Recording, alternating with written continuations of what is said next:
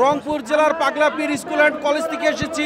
আমাদের একটি দাবি, শিক্ষক সমাজের একটি দাবি, 20% বাড়ি ভাড়া, 1500 টাকা মেডিকেল ভাতা এবং কর্মচারীদের জন্য 75% উৎসব ভাতা দিতে হবে।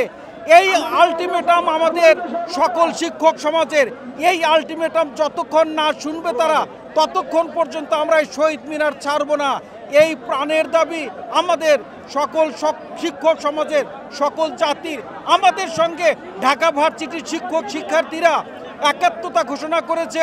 শুধু তাই নয়, সকল সমাজের জনগণ আমাদের সঙ্গে একাত্মতা ঘোষণা করেছে। এই দাবি ছেড়ে, এই দাবি নিয়ে টালবাহানা করলে সরকারকে সমস্ত দায়িত্ব গ্রহণ করতে হবে।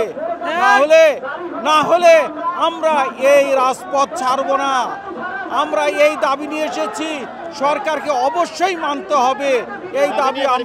এই দাবি নিয়েই আমরা বাড়ি ফিরব এবং সকল শিক্ষক ছাত্র সমাজের মধ্যে আমরা খুশির সংবাদ নিয়ে বাড়ি যাব।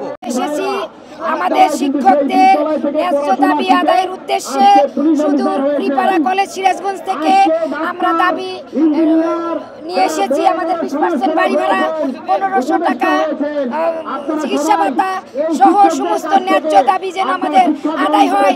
আমরা ইনশাল্লাহ এটা দাবি পূরণ করেই ফিরবো ইনশাল্লাহ। এই উদ্দেশ্যে আমরা শিক্ষক, আমরা দেশ গড়ার কারিগর, আমরা জাতি গড়ার কারিগর। লেপনিয়ান গোলাপেট বলেছেন যে আপনাকে শিক্ষিত জাতি উপহার দেবো, একটু শিক্ষিত মা দাও। আমরা মহিলারাও একটু নির্যাতিত, এত কম বেতনে আমরা ছেলে মেয়েদের লেখাপড়া করাতে পারি না, আমরা ছেলে মেয়েদের আশা পূরণ করতে পারি না। আমরা বাড়ি ভাড়া আমাদের 10,000, 5,000, মাত্র 1,000 টাকা বাড়ি ভাড়া পাই। আমরা তৎকালীন সরকারের উদ্দেশ্যে বলছি আমাদের এই ন্যায্য দাবি মানতেই হবে, নইলে আমরা এখানে ধর্মঘট বন্ধ করব না। ইনশাল্লাহ আমরা পুরো দাবি পূরণ করে নিয়েই ফিরবো ইনশাল্লাহ। যদি সরকার আমাদের প্রোগ্রাম না দেয় তাহলে আমরা 4টার পর হলেও আমরা সচিবালয় অভিমুখের লং মার্চ রওনা দেব।